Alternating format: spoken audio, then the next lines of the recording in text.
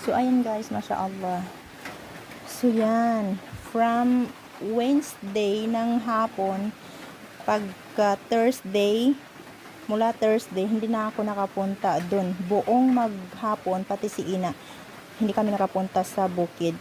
Tapos, nung Thursday, whole day, gabi na, ganitong oras, mag-grib na kami dumating. Umuulan guys, o kanina pa umuulan, mga 3, umuulan na kanina, then malalakas. So hanggang ngayon, talaga, mag-grib na talaga. Wala pa ring hupa yung yung ulan. So ayan, yan.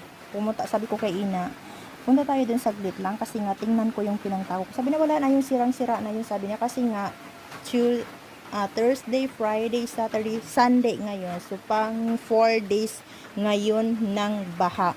Talagang nung una hindi pa siya nakuha lahat ng baha, pero ngayon talagang ubos na. Yung okra konting